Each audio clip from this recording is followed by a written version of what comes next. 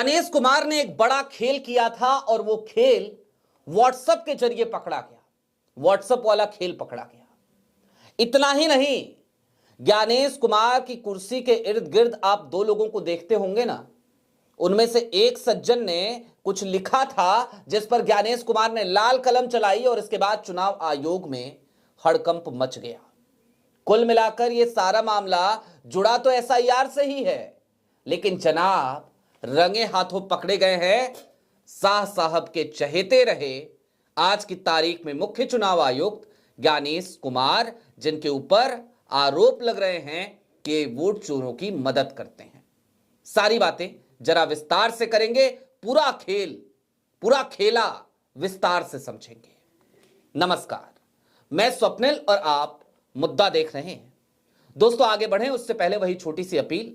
मुद्दा इन दिनों एक गंभीर आर्थिक संकट से जूझ रहा है। एक तरफ हमारे मेन बैंक अकाउंट फ्रीज चल रहे हैं, तो दूसरी तरफ हमारे 2.5 साल पुराने चैनल को हमसे लंबे समय तक छीन कर रखा गया था, जिसकी वजह से डे टू डे ऑपरेशंस में मुद्दा को काफी मुश्किलों का सामना करना पड़ता है। लिहाजा आपसे गुजारिश है, यदि आप चाहें, यदि आप सक्षम हो तो मुद्दा की छोटी छोटी मदद जरूर कीजिएगा। इसके लिए आप स्क्रीन पर दिख रहे क्यूआर कोड या फिर के नीचे दिख रहे यूपीआई नंबर का इस्तेमाल कर सकते हैं। आगे बढ़ते हैं, और जिन्होंने ये खेल पकड़ा है सबसे पहले उनको क्रेडिट देना बहुत जरूरी है। एक पत्रकार हैं, खोजी पत्रकार हैं इस देश की, एक्सप्रेस ग्रुप से जुड़ी हुई हैं, नाम है दामिनी नाथ। उनकी बाईलाइन इंडियन एक्सप्रेस में छपी और उन्होंने लिखा, in writing election commissioner Sandhu cautioned against harassment of genuine citizens, final SIR order dropped mention of citizenship act। खेल एक जगह नहीं हुआ, दो जगह हुआ। एक तो संधू साहब ने जिस चीज को कोट किया उस चीज को हटा दिया गया, बकायदा उन्होंने कोट किया था, हटा दिया गया। दूसरा, एक पैरा पूरा का पूरा चेंज कर दिया गया। लेकिन ये खेल पकड़ा कैसे गया? तो पकड़ा ऐसे गया कि जून 2024 में, माफ कीजिएगा 24 जून 2025 को ज्ञानेश कुमार साहब ने, उनके आयोग ने जो बिहार एसआईआर का फाइनल ड्राफ्ट पब्लिक डोमेन में रिलीज किया, उससे पहले व्हाट्सएप पे जिसे अप्रूव किया गया था, वो जल्दीबाजी में जो ड्राफ्ट आया था वो ड्राफ्ट इंडियन एक्सप्रेस के पास था। इंडियन एक्सप्रेस ने दोनों ड्राफ्ट्स को चेक किया और जब चेक किया तो फिर हैरानकुन करने वाली कहानी सामने आ गई। अब क्या क्या हुआ है खेला वो जरा विस्तार से समझते हैं। सबसे पहले तो संधू साहब जो आयुक्त हैं, चुनाव आयोग को यदि आप समझते हैं तो आप समझते होंगे कि एक तरफ मुख्य चुनाव आयुक्त होते हैं, दूसरी तरफ 2 आयुक्त बैठे होते हैं, तो उनमें से एक संधू साहब हैं। तो संधू साहब ने क्या लिखा था उसमें? उन्होंने कहा था, care should be taken that genuine voters oblique citizens, particularly old, sick, personal with disabilities, poor and other groups do not feel harassed and are facilitated. सीधे तौर पे संधू साहब ने कहा था कि एसआईआर कराइए लेकिन केयर कीजिए। किस बात का? कि जो जेन्युइन वोटर्स हैं और उसमें जो बीमार हैं, बुजुर्ग हैं, विकलांग हैं या दिव्यांग है जिसको मोदी जी कहते हैं, या फिर कि गरीब हैं। अब ये गरीब शब्द भी क्यों जरूरी लगा होगा संधू साहब को? क्योंकि संधू साहब इस देश की जमीनी हकीकत से भली भांति तौर पे परिचित है। तो उनको पता है कि गरीबों के पास इतना वक्त नहीं, इतना समय नहीं, 2 वक्त की रोटी के जुगाड़ में रहते हैं और डॉक्यूमेंटेशन कहां तक वो जुटाएंगे, नहीं होता है। तो उन्होंने लिखा कि इस बात का ध्यान रहे, सनद रहे, उनको किसी तरीके की कोई परेशानी ना हो, उनका हरेसमेंट ना हो। चलिए, पहली चीज जो लिखी गई, अच्छी बात जो सामने आई कि चलो चुनाव आयोग में कोई तो बैठा है जो उनकी चिंता कर रहा है, इस तरीके की चिंता कर रहा है। उसके अलावा क्या खेल हुआ अभी बताऊंगा, और इस ये जो आपको कोट सुनाया इसके आगे अभी और बताऊंगा क्या क्या खेल हुआ। लेकिन उससे पहले एक और चीज जान लीजिए। एक उसी में ड्राफ्ट जो व्हाट्सएप पे आया था उसमें यह कहा गया था, उस ड्राफ्ट रोल में जो पहला ड्राफ्ट रूल था जो व्हाट्सएप पे आया था उसमें ये कहा गया था पैराग्राफ 2.5 और 2.6 में, जो ड्राफ्ट ऑर्डर आया था उसमें ये कहा गया था the commission has a constitutional obligation to ensure that only person who are citizens as per the constitution of India and the citizenship act 1995 are included in the electoral roll. The Citizenship Act underwent a significant amendment in 2004 and thereafter not intensive revision has been conducted across the country. ये बात लिखी गई थी पहले वाले में। दूसरे वाले में क्या किया गया? दूसरे वाले में इस पैरा को भी चेंज कर दिया गया। दूसरे वाले में लिखा गया, जो फाइनल ड्राफ्ट रोल इन्होंने पब्लिक डोमेन में भेजा उसमें लिखा गया whereas one of the fundamental preconditions set out in article 326 of the constitution is that a person is required to be an Indian citizen for his/her name to be registered in the electoral roll. Consequently, the commission has a constitutional obligation to ensure that only person who are citizens, और बस यहीं पर बंद हो गया। अब खेल कहां हुआ?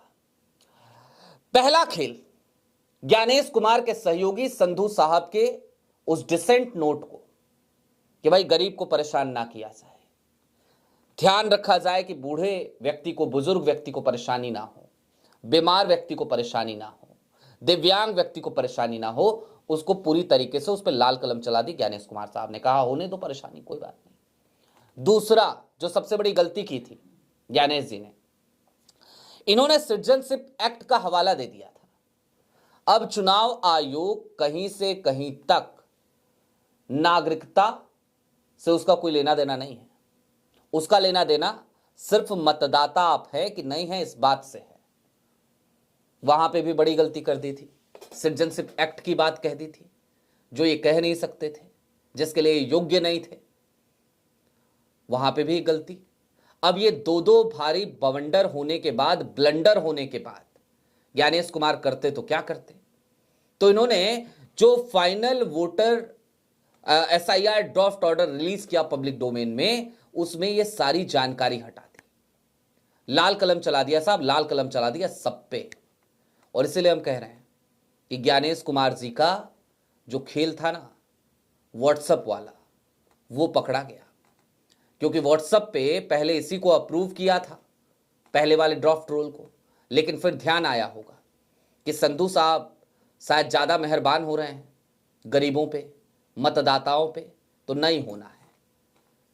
होना हो तो फिर ज्ञानेश कुमार जी की तरह हो, जैसे वो आते हैं प्रेस कॉन्फ्रेंस करते हैं और चीखते हैं और चिल्लाते हैं और कहते हैं मेरे मतदाता, वैसे होना है। ऐसे थोड़ी होना है संधू साहब की तरह कि बकायदा डिसेंट नोट लिख दे, ताकि अधिकारी 4 बार सोचे कि भैया दिख तो रहा है कि ये मतदाता है, लेकिन कह रहा है कि डॉक्यूमेंट नहीं है, मजबूरी बता रहा है। एक ऐसे वर्ग से भी आता है कि लगता है कि फलाने का वोटर होगा, चलो कोई बात नहीं, नहीं चिंता नहीं करनी है। संधू साहब ने इस बात की चिंता की थी तो उस पर लाल कलम चली। अब दोस्तों, चुनाव आयोग को लेकर मैं कुछ बातें और आपसे कहना चाहता हूं। इंडियन एक्सप्रेस ने भी ये बात कही कि हमने चुनाव आयोग के स्पोक्स पर्सन से बात करने की कोशिश करी, उन्होंने कोई रिस्पांस नहीं दिया इस मसले पर। क्यों हो रहा है ये सब जानते हैं। देश में ट्रांसपेरेंसी किस हद तक उसको बार बार उसको मिटा दिया जाए, ट्रांसपेरेंसी कैसे हटा दी जाए, कैसे पारदर्शिता ना रहे, उसके पीछे पुरजोर कोशिशें चल रही हैं, पुरजोर साजिशें हो रही हैं। और यही एकमात्र कारण है कि आज की तारीख में वोट चोरी के इतने सारे आरोप लग रहे हैं, चुनाव आयोग की क्रेडिबिलिटी बिल्कुल गिरती जा रही है। और उसके बावजूद चुनाव आयोग ये सोचने पर विवश नहीं हो रहा, बल्कि वो अपनी ही अलग सी बेहयाई पे उतरा है। सीधे कह देता है सारे आरोप गलत हैं, निराधार हैं। फैक्ट चेक यूनिट बना चुका है, फैक्ट चेक करने लगता है बैठ बैठ के हर बात पे, जबकि कायदे से उसे करना ये चाहिए कि उसे कम से कम अपनी बात पे अडिग रहना चाहिए।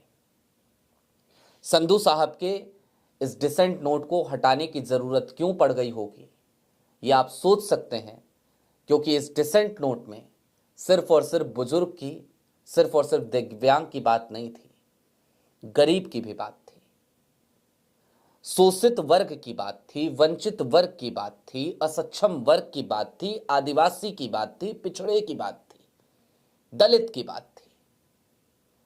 कुल मिलाकर उन तमाम वर्गों की बात थी जिनके पास डॉक्यूमेंटेशन जुटाने का समय नहीं है, जिनके पास संसाधन का अभाव है, जो चाहते तो हैं कि इस देश के मतदाता बने रहें, लेकिन क्या करें साहब, 2 वक्त की रोटी का जुगाड़ उनके लिए ज्यादा जरूरी है। लिहाजा उन तमाम लोगों की तरफ से बल्लेबाजी करने उतरे तो जरूर थे संधू साहब, लेकिन ज्ञानेश कुमार साहब ने उनको पहुंचने नहीं दिया पिच तक, वापस लौटा दिया, कहा जाओ पवेलियन में बैठो, यहां तुम्हारी जरूरत नहीं है, जगह नहीं। दोस्तों, आपकी क्या राय है हमें कमेंट बॉक्स में जरूर बताइएगा। अभी के लिए दीजिए इजाजत, चलते चलते फिर वही अपील, चैनल पे नए हो तो सब्सक्राइब करते हुए जाइएगा, सक्षम हो तो छोटी छोटी मदद मुद्दा की जरूर कीजिएगा। बहुत शुक्रिया।